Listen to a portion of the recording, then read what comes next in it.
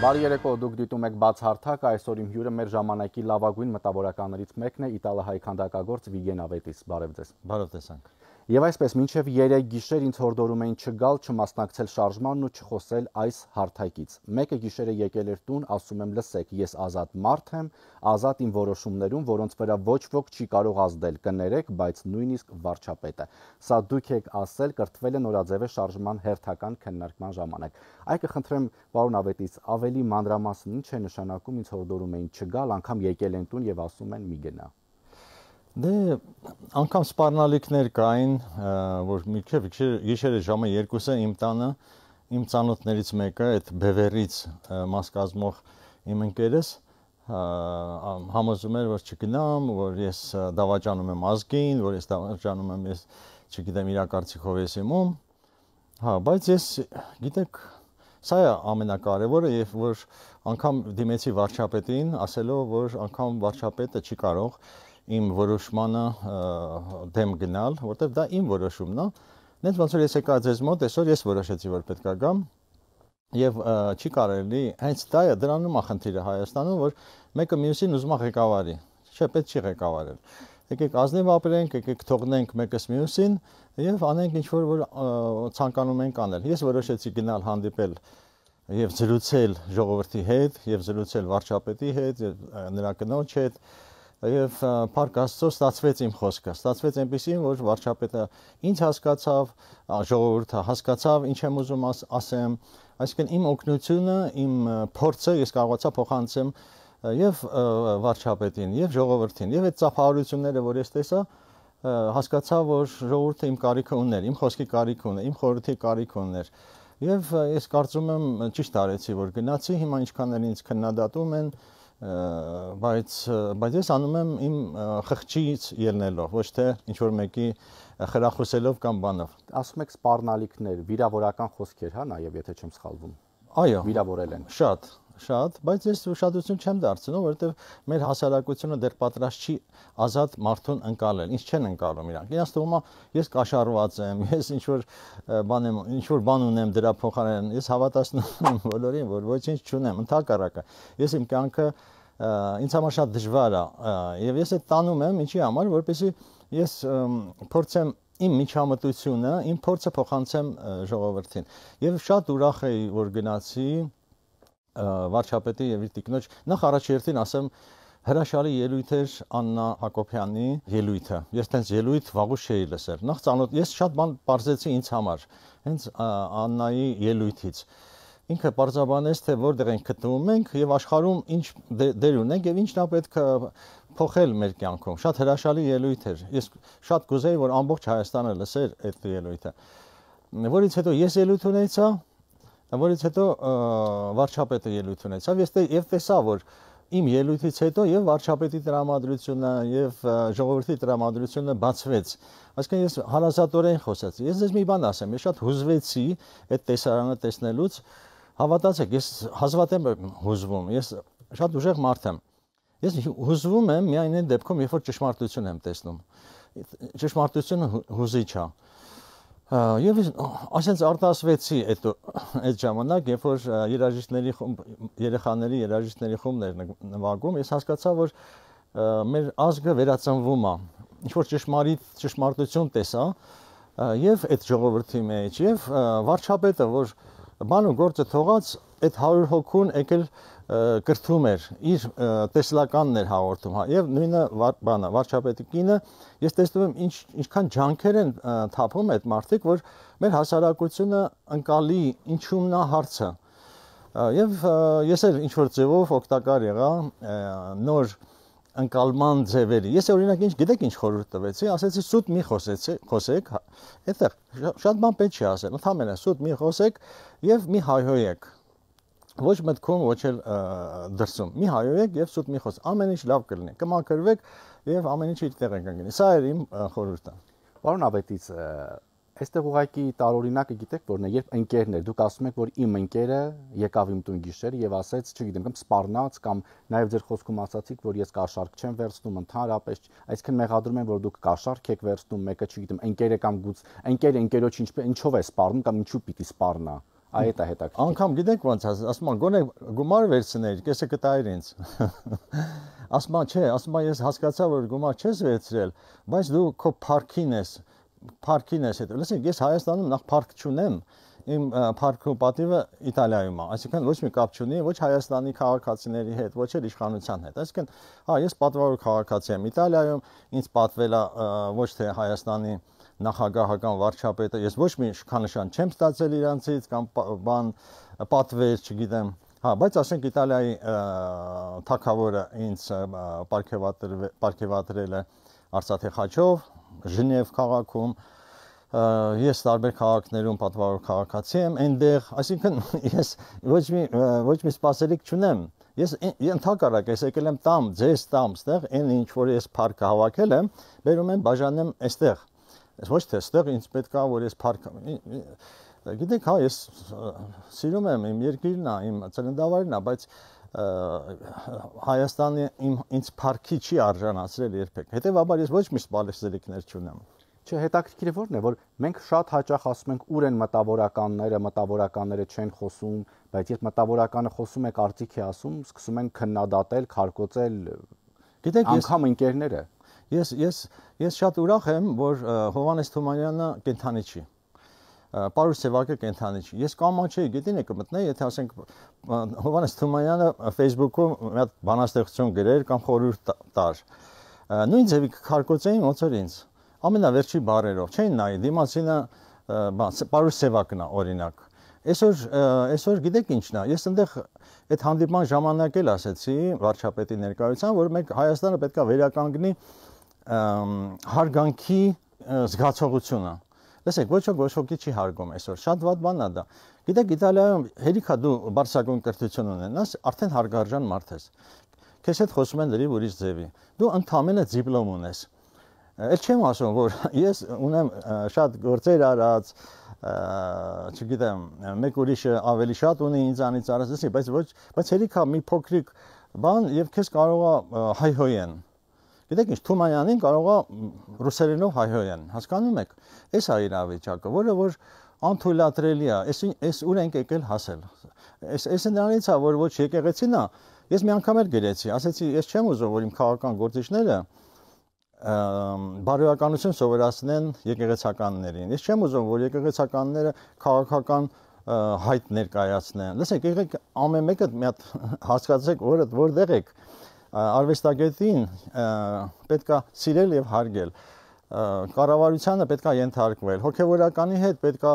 հոգեվոր արժեքներ ստանալ։ Իսկ այսօր sense ամբողջը խառնվել է իրար։ Պարոն Ավետիս, այս ընթացքում նկատի չունեմ միայն այս վերջին քննարկման ժամանակ, այլ առհասարակ երբ դուք ազատորեն արտահայտում եք ձեր դիրքորոշումը, շատ են այդ հայհոյանքները, վիրավորանքները եւ շատ ընկերները կորցրել։ Ես նույնիսկ իմ ընտանիքում խնդիրներ ունեցա, ասենք հարազատների մեջ, մի մասը ինչ որ բևեռական են դարել, մի մասը, չգիտեմ, այդ սրբազանական են դարձել, ընկերներս այո, իրանց թույլ են տալիս ինձ հանդիմանել, մենք կարող ենք զրուցել, բայց դա արդեն զրույց չի։ Չէ, պետք է ուշքի գանք, ազգովի պետք է ուշքի գանք։ Այս տեսարանները, այս հարաբերությունները հային վայել չեն։ Լսեք, մենք պետք է հասկանանք, որ մենք հայ ենք։ Հայը ինչով է տարբերվում թուրքից, ինչով է տարբերվում ջհուդից, ամերիկացուց։ Այ եկեք վերադառնանք։ Ես ասեմ ինչով է տարբերվում։ Հայը ազնիվ է։ Հիմա եթե մենք եւ ռաբիզից պետք է հրաժարվենք։ Երկու բան, ազնվություն անենք եւ ռաբիզ չլսենք։ Ամեն ինչը կկարգավորվի։ Կվերադառնանք մեր հոգեվոր արժեքներին։ Տեսեք, երբ օրինակ դուք լսում եք վիրավորանքներ ձեր հասցեին կամ ինչպես ասում եք հայհոյում են, սպառնում են, այդտեղ չեք կարծում, որ որոշակի կարմիր գծեր են հատվում եւ դրանից հետո արդեն հարաբերությունները, ճանապարհները պետք է բաժանվեն։ Ինձ թվում է եկել ենք հասել ենք գագաթնակետին։ Այդ գագաթնակետը էս պահն է։ Դες հիմա ես տեսա, որ եկեղեցու հետ քրիստոնեությունը դա ինքնազոհաբերություն է, որտեղ չկա ինքնազոհաբերություն, այնտեղ չկա քրիստոնեություն։ Ոնց որ Քրիստոսը իրան զոհաբերեց, դա գառնուկներ, գառներ։ Իսկ իրանք դարձել են առյուծներ, սպառնալիքներ են անում, ժողովրդին, մարդկանց, ինձ, մյուսներին, լսի, դա քրիստոնեա վայել չի։ Հետո ես մի բան ասեմ, հայերը չեչեն չեն։ հայերին չես կարող սենց գազազացնել։ Հայերը շատ խորիմաստ են, խորքային են նայում ամեն ինչին։ Եվ ոչ ռուս են, ոչ չեչեն են, ոչ էլ աբխազ են։ Մի շփոթեք հայերին եւ հայը շատ խորատես է եւ հաստատ չի գնալու խապկանքներին։ Եվ չեք կարող հայերին խապել, չգիտեմ, որտեղից է ձեր բաները, հրամանները, ես տեսա լիքը հրամաններ ա եկել, պատրաստվել է հեղաշրջում, լսի, մենք չեչեն չենք, մենք հայ ենք եւ գիտենք թե ինչ բանա հայինիները, մենք հերուն ենք տեսնում։ Սրանք ուզում են սենց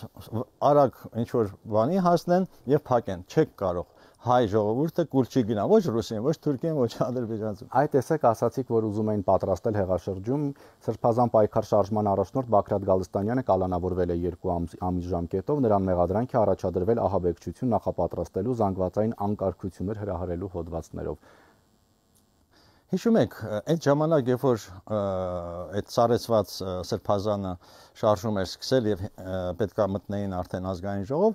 ես այստեղ էի ձեզ մոտ էլի եւ այնտեղ դուք ինձ ասեցիք այդ շարժումը գնալով մարում է։ Ես ձեզ պատասխանեցի,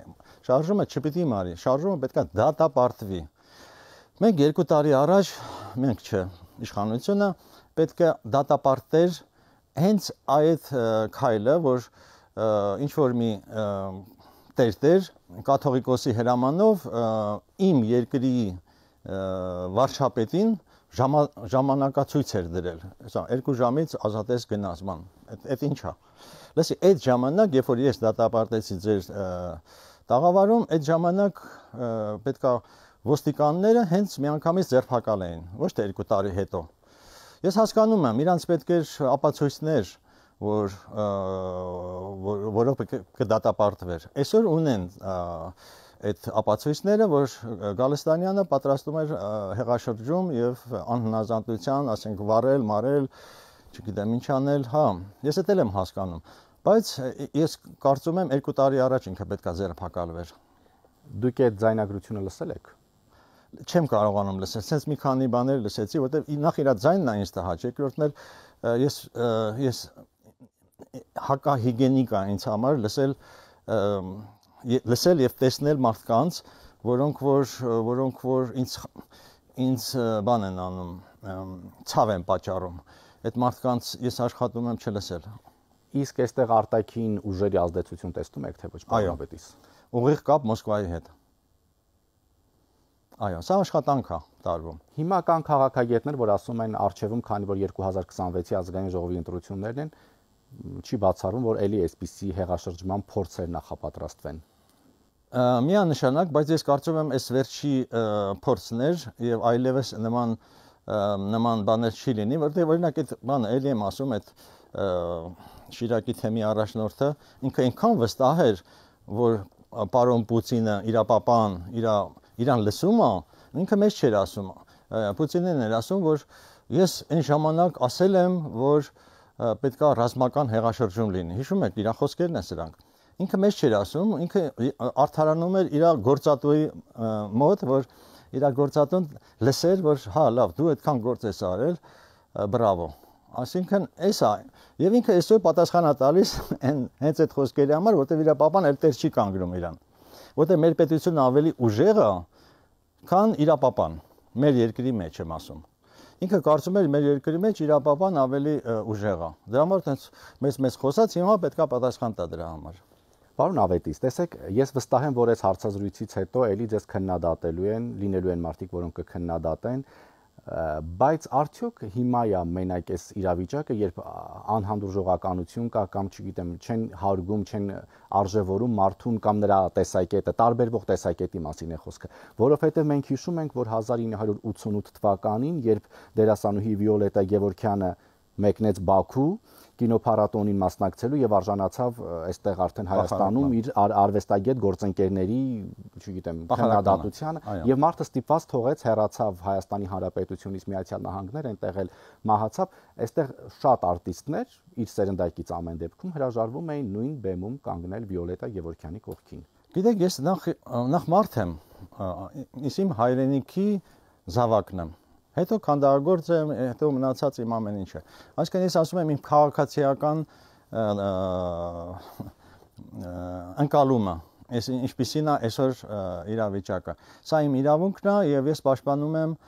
իմ պետությանը առաջին հերթին, հա, հեշտ է գնալ ապրել, ասել ես արվեստագետ եմ, գործ չունեմ, տես ես չի ուզում գայի ձեր հաղորդմանը, բայց ես եկա, որտեղ ես հասկացա, որ կարիք կա իմ խոսքի, մեր միասին զրույցի, վերլուծելու, այ տեսեք Աննան էլ Հակոբյան իմ կարիքը ուներ, որ ես խոսք ասեմ այնտեղ, հիմա ինձ մեղադրում են ինչի ես գնացել Աննայի հրավերքով, ես գնացել եմ իմ ժողովրդի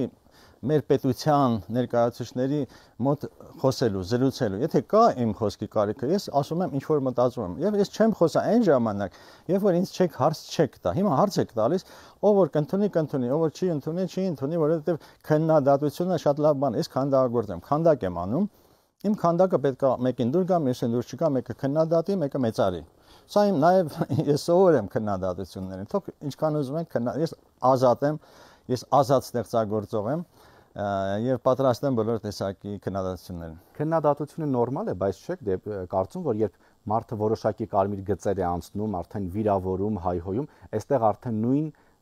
կրթության խնդիր կա, կրթության պակասի խնդիր կա, երբ ընկերներն են արդեն վիրավորում ձեզ, հայհոյում, չգիտեմ, զրպարտում, սպառնում։ Դե ես դրա համար շատ բարձր գնահատեցի այդ կրթությունը նորաձև է, այս գործընթացը։ Այդ մարդիկ իրանց բանը գործը թողած դասատուի դեր են կատարում, շատ կարևոր մարդիկ վարչապետը եւ առաջին տիկինը փոխանակ, այսինքն ոչ թե փոխանակ, այսինքն իրանք հասկացել են, որ ինչն է պակասում մեր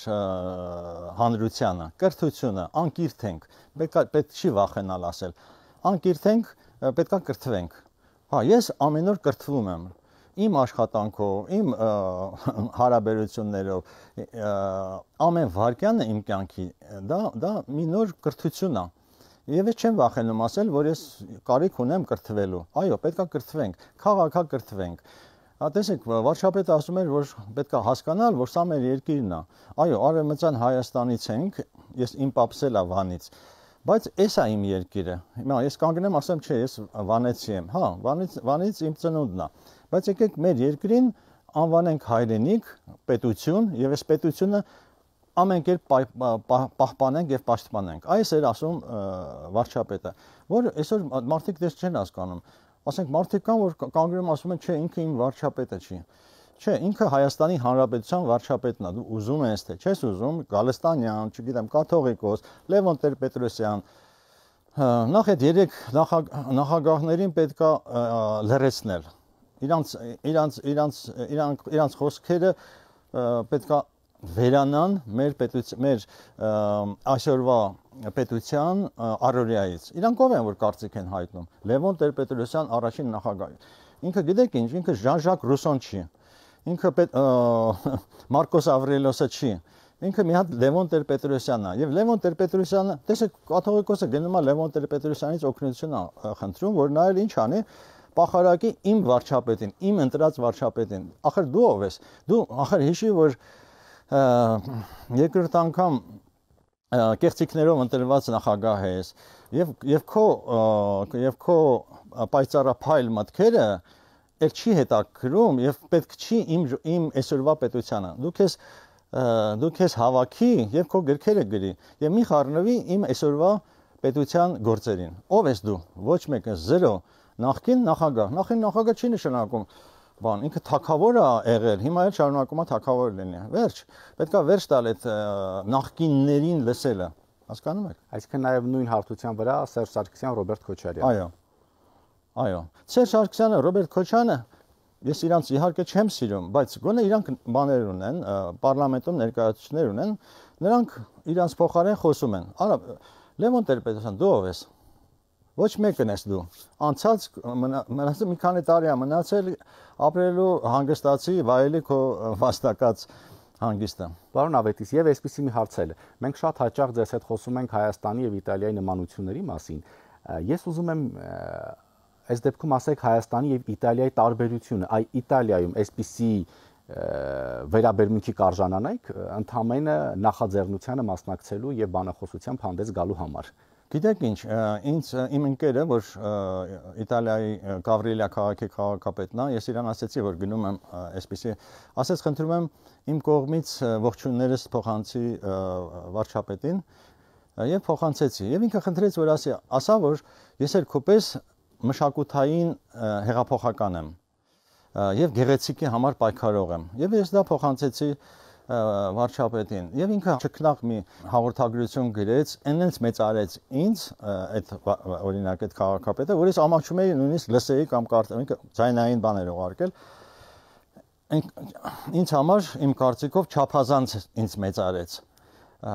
որտեվ ես կանգնած եմ գեղեցիկի կողքին, որովհետեւ ես կանգնած եմ իմ պետության կողքին։ Այդ քաղաքի քաղաքապետը ինձ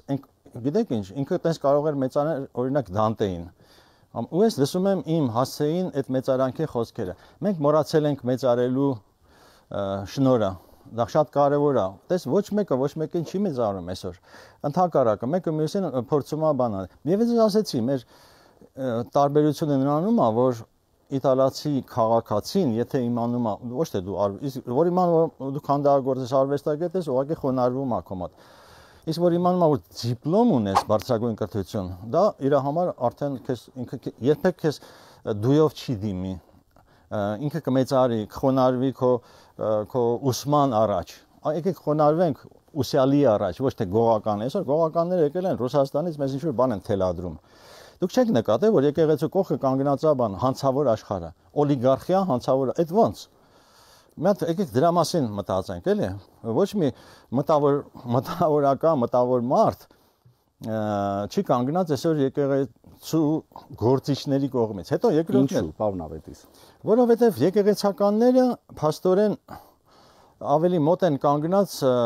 հանցավոր աշխարհին։ Երևի համագործակցում են իրար, չգիտեմ, դա իմ համար ցավալի է։ Ինձ ոչ մի անգամ եկեղեցին չի հրավիրել։ Բան, ակամ ասենք բանում այդ մայրաթորում կախված է Տաշիր Սամոյի եւ իր կնոջ նկարը։ Ինձ համար վիրավորական է։ Դա բանի կաթողիկոսի օֆիսը չի, դա իմ սուրբ տունն է։ Իսկ եթե մի բարերար երբ որ գումար է տալիս, օրինակ Ֆլորենցիայում գիտեք ինչ բարերարները նույնիսկ սև շորեր էին հագնում, նույնիսկ կոշիկներն էին փակում, որ իրանց չճանաչեն։ Ինքը որտեվ եթե բարեգործություն ես անում, դու պետք է անճանաչելի մնաս, ոչ թե գնաս քո մեծարման համար բարերարություն անես, եւ քո նկարը կախվում անտեղ, դա խայտարակություն է։ Դա գիտեք ինչ է, գեղեցկություն ասեմ ձեզ։ Այսինքն այստեղ այդ կապը վերականգնելու հասարակություն եկեղեցի կապը վերականգնելու խնդիր ունենք։ Հոգևոր արժեքները վերարժևորելու խնդիր ունենք, այո։ Ինչպիսի արժեքներ ենք կրում մենք։